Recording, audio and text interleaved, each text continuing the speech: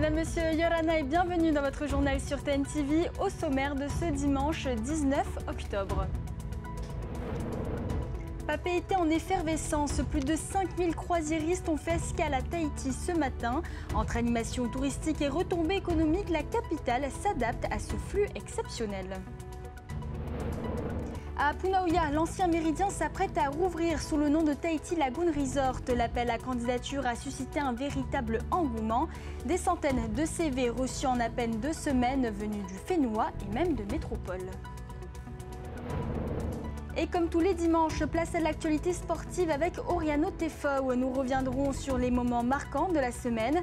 Xterra, surf, fitness, mais aussi un point sur la Molokai Hoe et la Hawaii Kinuiva'a avec notre invité Teiva Heyman, rameur de l'équipe Toa Teiva'a.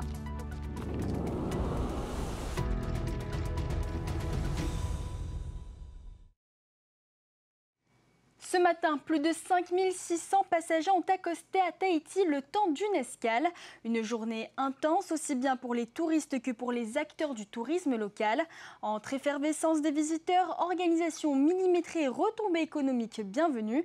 Les détails avec Mereteato et Davidson Bennett. À chaque arrivée de paquebot, Papeete s'anime. Entre enthousiasme des visiteurs et tensions logistiques, l'île s'adapte pour accueillir des milliers de croisiéristes en seulement quelques heures.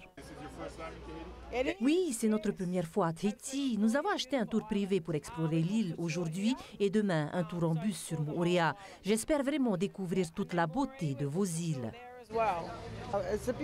C'est un beau pays. Chaque île a sa beauté. La langue est un peu un problème, mais les gens sont très gentils et généreux. J'adore la façon dont les chauffeurs sont si courtois. Pour les prestataires, c'est une aubaine, mais aussi un vrai défi logistique sur le terrain. On va le tour de l'île de Tahiti. On les emmène promener en bus. Donc c'est 6 000 francs le tour de 4 heures. Donc on est là à Tahiti, ici à Papeete, pardon. On s'arrête au Lighthouse, donc la Pointe Vénus, les cascades, le Grand Tropical Garden, les grottes de Mara et on revient. Il manque beaucoup de place, donc là aujourd'hui il y a un paquebot, donc on essaie de se garer là où on peut sans trop gêner la circulation. Donc on essaie aussi de faire un peu la circulation, d'aider nos copains à Mouteuil. Aujourd'hui, on a les 3 véhicules full de 8, ça fait à peu près 24 touristes pour aujourd'hui. Toute la journée pick-up à 8h30, on est de retour vers les 16h à peu près, pour ne pas qu'ils loupent le bateau le soir. On est à la fin de la haute saison, donc là un petit pic encore comme ça, donc c'est pas mal. Ça dépend, je pense, des produits et du prix, quoi. Parce qu'après, ils voyagent et tout, donc ils pensent à économiser et pas trop dépenser sur une certaine île, quoi.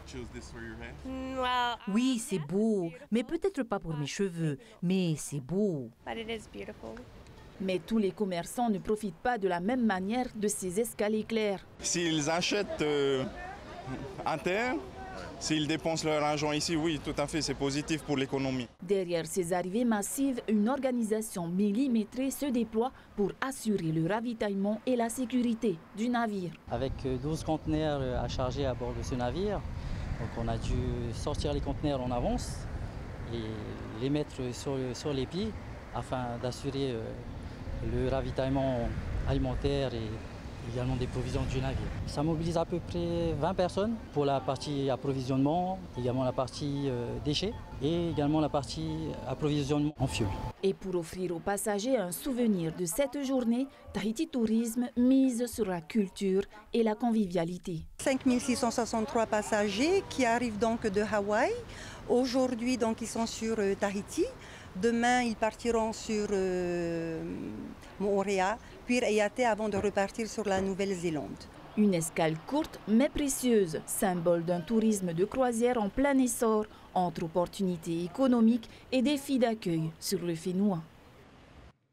Des centaines de CV déposés pour une cinquantaine de postes à pourvoir. À Punauia, la campagne de recrutement du futur Tahiti Lagoon Resort, anciennement le Méridien, a suscité un véritable engouement. En 2 semaines, la mairie a reçu des candidatures venues de toutes les communes des îles et même de métropole. Jessica Doucet et Naya Bennett.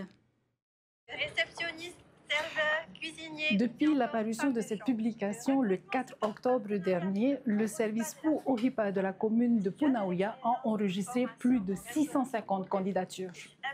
L'offre est ouverte est ouverte à tout le monde, bien entendu, en tant que Taverna de Punavia. Donc, j'utilise mes services pour accompagner au mieux les demandeurs de Punavia. Bon, on ne peut pas, je pense, nous le reprocher. Mais on a accueilli également donc, les demandeurs d'emploi de l'extérieur. Et on a atteint le nombre quand même un peu plus de 650 candidats. Pour le 50 ans, c'est énorme. Et je pense que, bon, voilà, je voudrais souhaiter le meilleur, bien sûr, aux candidats, qu'ils ont toute la chance d'obtenir une place. Cuisiniers, pâtissiers, chefs de rang, plus de 50 offres d'emploi sont disponibles et les profils sont variés. Tevei Maru a une formation de commis de cuisine. Elle veut se lancer dans un autre domaine. Quel poste est-ce que tu voudrais La lingerie, dans le poste de la lingerie. Tu as de l'expérience? Oui. Autant que j'allais à l'école, je passais des stages à l'hôtellerie en tant que commis cuisine. Ça ne te tente pas d'essayer dans la cuisine? Non, je n'ai pas envie de retenir dans la cuisine.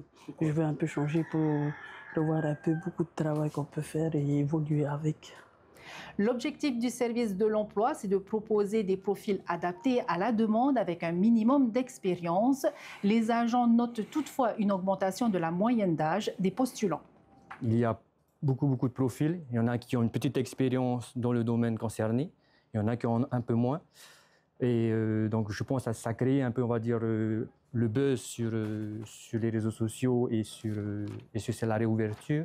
Et donc, il y a beaucoup de personnes qui sont venues aussi déposer pour espérer avoir un poste sans forcément avoir l'expérience dans le domaine. Donc, on est autour de 42 ans de moyenne d'âge. Donc, il y a potentiellement des jeunes qui veulent se lancer dans ce métier, mais il y a aussi des anciens qui veulent soit se reconvertir ou soit qui ont déjà travaillé, que ce soit dans l'hôtel ou que ce soit ailleurs dans la restauration, l'hôtellerie, et qui veulent postuler sur cet hôtel-là. Le dernier mot reviendra à l'hôtelier qui devra constituer son équipe pour l'ouverture de son établissement prévu début 2026. Clap de fin pour le Salon du Livre Lire en Polynésie qui referme aujourd'hui sa 25e édition. 4 jours d'échanges, de lecture et de rencontres placés sous le signe du partage et de la transmission. Un événement qui regarde aussi vers l'avenir avec des actions prévues jusque dans les archipels. Christian Robert, président de l'Association des éditeurs de Tahiti et des îles, dresse le bilan de cet événement. On l'écoute au micro de Mereteato. Alors pour moi, c'est déjà un aboutissement. 25 ans, c'est un quart de siècle, donc c'est plutôt avec fierté qu'on regarde ces 25 ans qui sont passés, le fait d'avoir tenu, le fait d'avoir développé ce salon, et aujourd'hui il continue à se développer de plus en plus, donc c'est beaucoup de satisfaction. On a mis le livre à disposition des gens avec de nombreuses animations, des ateliers pour les jeunes, pour les moins jeunes, et que tout était full, donc ça veut dire qu'a priori les gens aiment bien ce qu'on propose. Alors ce que j'espère évidemment, c'est que le salon continue.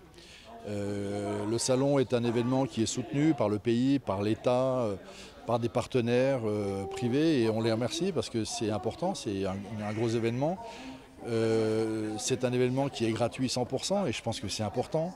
Et je pense que c'est également un des moteurs pour développer encore la lecture publique dans ce pays de façon à ce que les livres soient accessibles partout, pour tous. Direction Tautira, la presqu'île le grenier de la Polynésie française. Là-bas, un jeune agriculteur, Tave Weselski, cultive bien plus que la terre, la passion du travail et la fierté de nourrir le Fénois. En quelques années, il a fait grandir son exploitation familiale, aujourd'hui étendue sur plus de 3 hectares. C'est un portrait signé Davidson Bennett. Ancien rameur de la team Air Tahiti A, Tab a troqué la pagaie contre la bêche. Avec le soutien de sa compagne, ensemble ils ont relancé le fa'apu de son père, mêlant fruits et légumes et culture vivrière. Parti d'une terre domaniale de 8000 m² reprise en 2019, Tab Weselski cultive aujourd'hui plus de 3 hectares de champs verdoyants. 8000 m² quand même, hein. Aujourd'hui, la DAG m'a attribué, on va dire, 3 hectares, hein, mais ça n'a pas été facile. Hein. Ça a été pendant des années, hein, il fallait demander, faire des demandes, hein, travailler auprès de la DAG et voilà, petit à petit. Il ne fallait pas aussi juste demander et ne pas faire travailler la terre par la suite. Hein. Il fallait le prouver parce qu'il y avait des agents qui passaient sur place et... Tab mélange culture maraîchère et vivrière pour une raison simple. Les tarots, on a dit, quand tu les plantes, on attend 9 mois, hein, alors que les légumes, selon la variété de légumes, tu peux déjà les commencer à récolter à 1 mois et demi. Hein. On parle des potas, hein, des concombres. Mais si tu vas sur les tomates, on va aller sur les 3 mois, hein, mais c'est déjà aussi plus rapide que le taro, quoi. Hein. Le métier d'agriculteur demande rigueur et endurance. Employé de l'exploitation, Justin découvre chaque jour les gestes du métier aux côtés de Tav'e. Oui, c'est pas aussi facile. Il faut aussi aimer le métier. Hein. C'est pas tout le monde qui aime le farapou. Hein. Et surtout, se salir les mains, comme on dit. Hein. C'est pas tout le monde qui aime ce métier. Hein. Il aide les jeunes. Il me pousse à plutôt, surtout pour moi-même, pour pouvoir réaliser aussi mes rêves, hein, comme lui l'avait fait. Toi, tu travailles du vivant, la terre, et t'as pas... Enfin, c'est un métier où tu ne dois pas te dire « Tiens, j'ai pas envie d'aller. Hein. » Enfin, c'est toi qui vois. Hein. Si tu veux progresser ou... Enfin, on va dire avancer, hein, ben, t'as qu'à te lever et aller dans ton lieu de travail. Hein. Moi, c'est le farapou. Hein. Aujourd'hui, c'est jour de récolte. Plus de 400 kilos de concombres à livrer chez ses clients habituels et au marché de Papeete dès dimanche matin. En prime, ces jeunes noix de coco fraîchement cueillies au jus sucré et vitaminé qui s'écoulent comme des petits pains à chaque livraison. Et mon papa m'a toujours dit, hein, et pirou. Travailleur infatigable, Tav'e cultive bien plus que des légumes. Il sème l'exemple d'une nouvelle génération d'agriculteurs attachés à leur terre et à leur fénois. C'est l'heure de notre rendez-vous sportif. Et ce week-end, du spectacle en pleine nature, sur l'eau et sur les terrains, triathlon, surf, fitness et bien d'autres. Des exploits locaux, performances internationales, l'agenda est chargé. Alors, restez avec nous.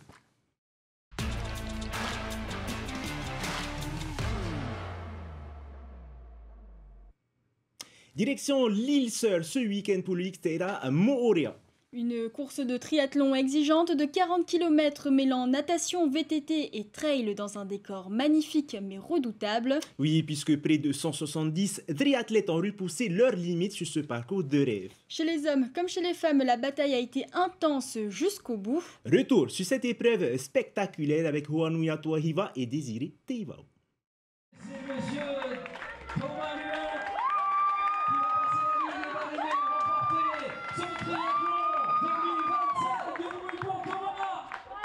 Ce samedi, 172 athlètes ont pris le départ du Xterra Moorea 2025, un triathlon particulièrement exigeant avec 1500 mètres de natation, 30 km de VTT et 10 km de trail. Après une sortie de l'eau rapide signée Jean-Marc Rimaud, le trio Thomas Lubin, Teva Poulain et Cédric Van prend les devants en vélo. Mais sur la course à pied, Thomas Lubin fait la différence et s'impose en 3 heures, 1 minute et 47 secondes. Honnêtement, c'est la course parfaite pour moi, je ne pouvais pas rêver mieux. On fait une natte très solide, on ne s'est pas enflammé à vouloir suivre le copain Jean-Marc parce qu'on sait que c'est un poisson. On fait un premier tour à vélo très fort, je me suis dit mais comment on va faire pour en tenir 3 ? Je pars fort à pied, après ce qui me limite c'est les apparitions des crampes, donc ça donne le tempo. J'ai essayé de faire le plus fort possible en gérant ça. Ils étaient 6 internationaux invités par l'organisation et c'est chez les femmes qu'ils ont brillé le plus, avec 2 Australiennes aux 2 premières places. Hannah Young, grande favorite, l'emporte en 3 heures, 35 minutes et 54 secondes.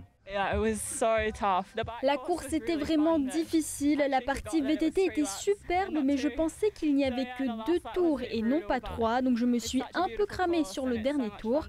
Ensuite, la course à pied t'enlève le peu d'énergie qu'il te reste, mais c'est un tel privilège de pouvoir courir ici, c'est incroyable, Maruru.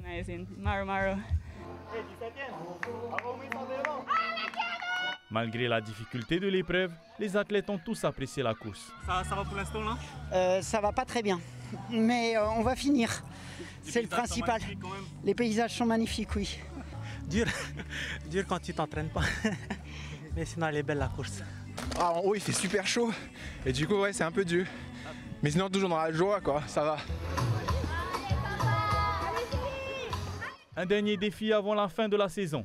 Prochain rendez-vous le 16 novembre pour la Olympian Swimrun à Punahia, où les athlètes feront à nouveau le show.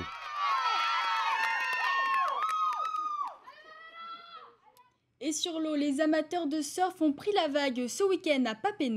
Pour la troisième et dernière étape du Tahiti Horue Tour, une compétition qui célèbre les anciennes gloires de la glisse polynésienne. Dans la catégorie 35-39 ans, la finale a réuni Michel Bourez, Steven Pearson, Hiraterina To'ofa et Tevei Vong, un casting de choix. Une finale pleine de suspense et d'intensité, le résumé de cette étape a désiré Teiwao.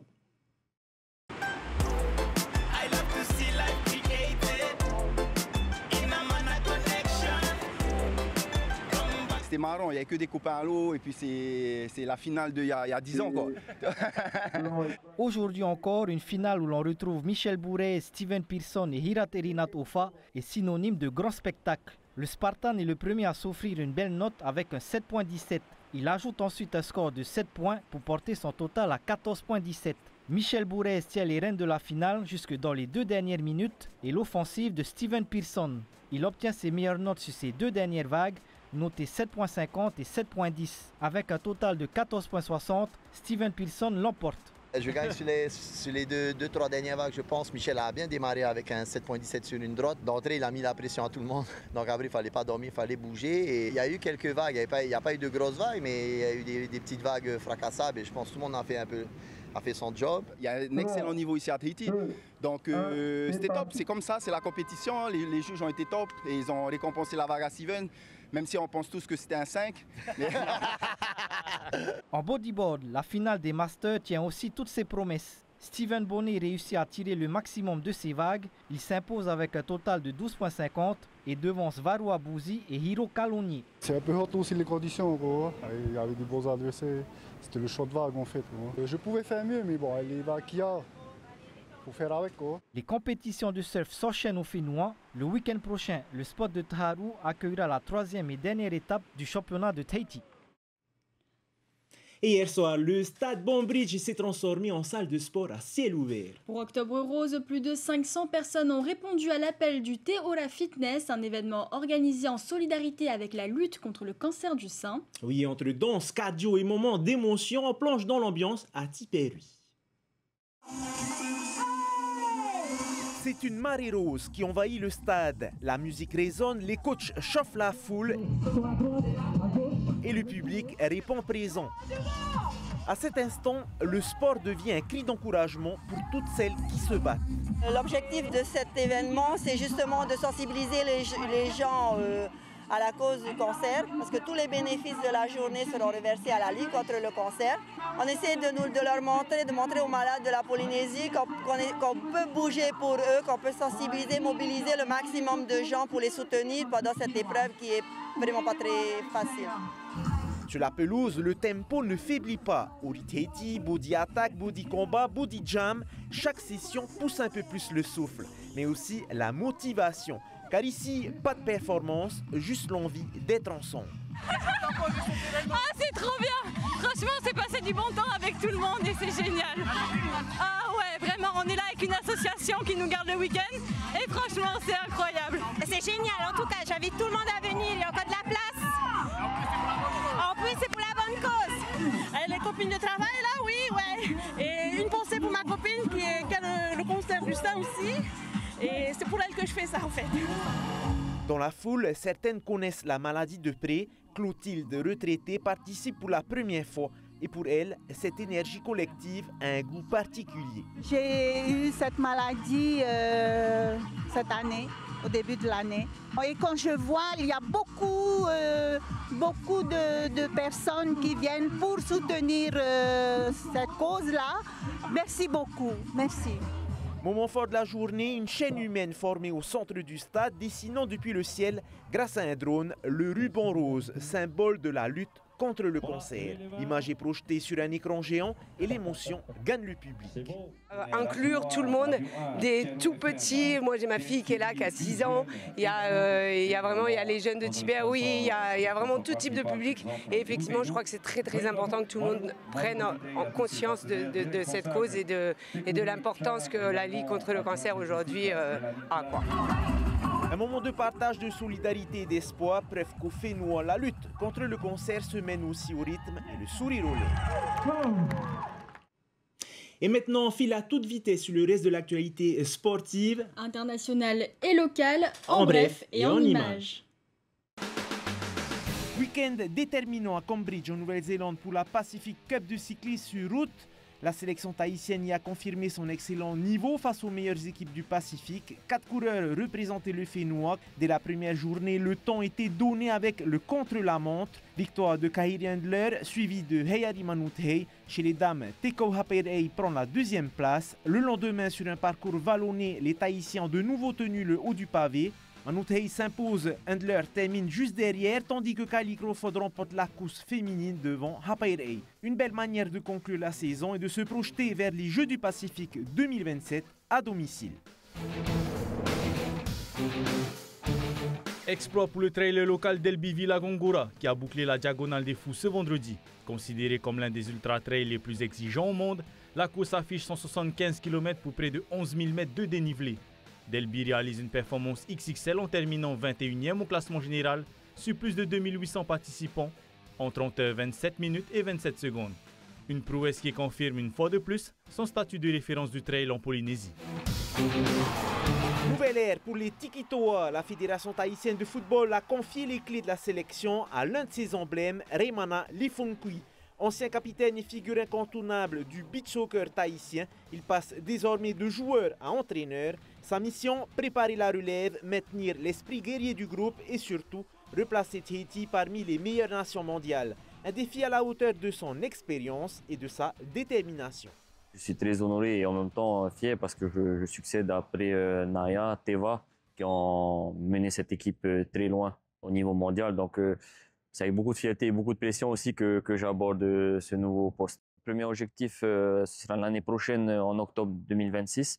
C'est notamment l'OFC Nations Cup, Soccer Cup.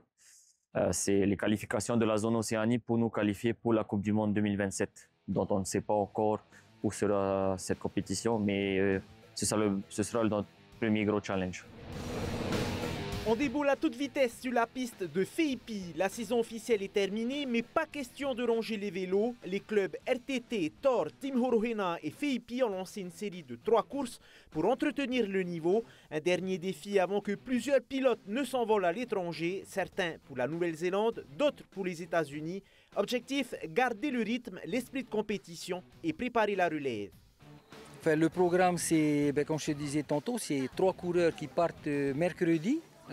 Pour le championnat de l'île du Nord en Nouvelle-Zélande et puis Kalani qui part pour la finale des championnats des USA dans l'Oklahoma. Et on a organisé ça pour qu'ils se maintiennent dans le bain, pour ne pas trop se relâcher avant les grosses échéances pour chacun. Ça te donne de l'expérience et aussi une vision complète sur le BMX. Parce qu'ici, on est sur une petite île et notre niveau est assez loin de celui national et international. Ambiance musclée ce week-end à Punarou pour la deuxième journée de sélective en force athlétique. Une étape clé avant les championnats d'Océanie prévus du 17 au 20 novembre en Nouvelle-Zélande à Christchurch.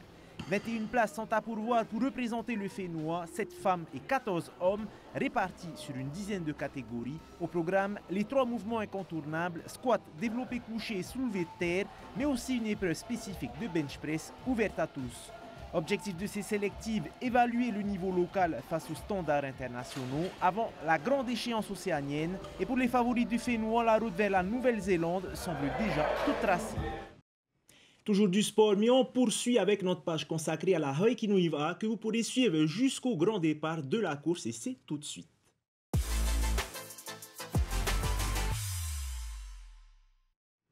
Ce soir, nous recevons Teiva Heyman, rameur du Toatei Va'a. L'équipage s'est imposé la semaine dernière à la Molokai Hoe dans la catégorie vétéran 50 ans et ils viennent tout juste de rentrer de Honolulu.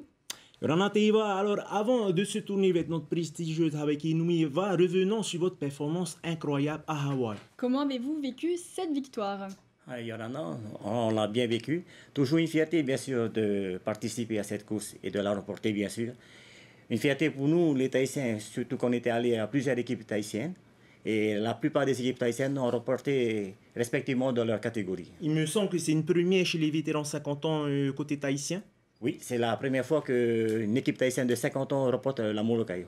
Au moins là, vous prouvez aux jeunes que les anciens sont toujours là. Exactement, là, on fait une image sur les jeunes pour essayer de les pousser un peu plus à continuer la rame et de finir comme nous, les vétérans, pourquoi pas. Et comment réagissez-vous, comment réagissent les Hawaïens à domicile après près de 20 ans de suprématie tahitienne? Alors, on essaie de ne pas trop faire attention. On était parti pour faire notre course et je pense qu'il y a toujours ce goût amer qui leur reste en eux, car les Tahitiens remportent à chaque fois, toutes les années, la course de Molokai. Teiva Hawaii approche à grands pas, dans une dizaine de jours exactement. Donc, même objectif, la victoire pour vous? Même objectif, la victoire, vu qu'on l'a remportée l'année dernière, on va essayer de rééditer la même chose cette année. On verra bien. Tout le monde est aussi bien préparé dans toutes les équipes tahitiennes. Et comment vous vous préparez justement? Nous, on se prépare, bien sûr, on s'est un peu préparé pour la Molokai, mais beaucoup pour la Hawaii Nui.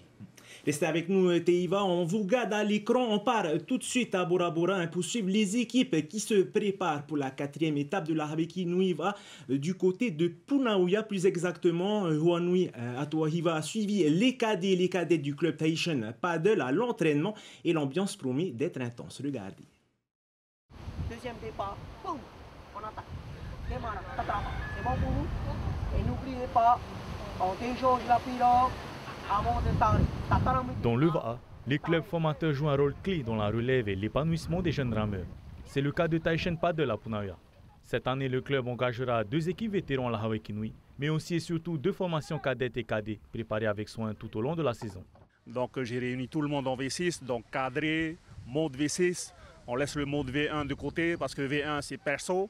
Donc c'est moi qui suis le plus fort parce que c'est moi qui suis devant. Donc lorsqu'on est venu en V6, donc j'ai recadré tout le monde. Il n'y a pas de un qui est plus fort que l'autre. Pour avoir l'unité, il faut que tout le monde soit au même level. Après des mois d'entraînement et de sacrifices, les filles sont prêtes et les ambitions sont clairement affichées.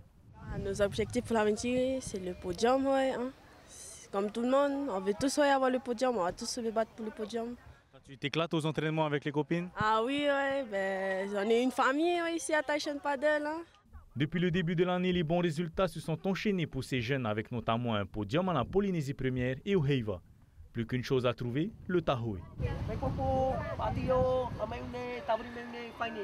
La seule stratégie que je pourrais, moi, partager et être en accord avec mes cadettes, c'est la cohésion et leur faire confiance. Pour ma part, je suis confiant parce que je sais qu'elles ont travaillé depuis le début de l'année. Et elles ont donné les efforts qu'il fallait. Les 2 équipes de vétérans s'aligneront sur la grande course avant de céder leur pirogue aux cadets et cadettes pour la Aérea Bora Bora. Un véritable symbole de transmission entre générations.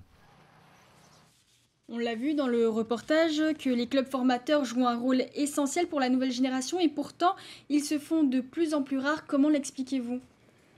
Je pense que les grands clubs formateurs, les grands clubs qui participent à ces grandes courses ont des moyens. Et pour pouvoir attirer les jeunes, il faut que les petits clubs ou les clubs comme ça aient une structure favorable pour encadrer ces jeunes-là. Il y a les communes qui s'en occupent aussi. Et il y a les communes qui s'en occupent aussi de tout ça, oui. Alors on sait aussi que cet événement en termes de logistique, ce n'est pas une mince affaire. Alors vous, comment votre équipage s'organise de son côté? Eh bien, on fait comme toutes les équipes, on fait des levées de fonds pour essayer d'avoir de l'argent pour partir à Hawaii Nui. Et on compte surtout bien sûr sur nos sponsors aussi. Alors tout le monde a une profession, j'imagine que vous devez vous organiser avec les congés aussi. C'est exactement ça, oui. La plupart travaillent. Bon, et après il y a les entraînements qui se font que le soir, à partir de 16h jusqu'à 18h. Et que tout le monde doit prendre sur eux-mêmes et sur les congés aussi. Okay. Comment vous faites pour vous regrouper, pour renforcer la cohésion tous les soirs, les entraînements? Tous les soirs, les entraînements et le plus gros travail, c'est le samedi, bien sûr, où tout le monde s'est réuni et on fait que du long line. Merci encore Teiva d'avoir accepté notre invitation et Faituito à vous et tous les équipages d'ailleurs qui sont engagés à cette Hawaii Nui. Merci beaucoup. Et pour finir notre rubrique cap sur les rendez-vous sportifs de la semaine. Mercredi 22 octobre, direction l'hippodrome de Piret pour le cross scolaire. Les meilleurs coureurs de la côte Est se retrouveront pour une journée de compétition et de partage. Vendredi prochain à Titiolo, les passionnés de football pourront assister à l'affiche entre Dragon et Central Sport pour la 5e journée de Ligue 1. Et sur l'eau, le spectacle continue les samedis 25 et dimanche 26 octobre. Dernière étape du Tahiti Open Tour à Papara. Les surfeurs du Fénois s'affronteront pour conclure la saison en beauté.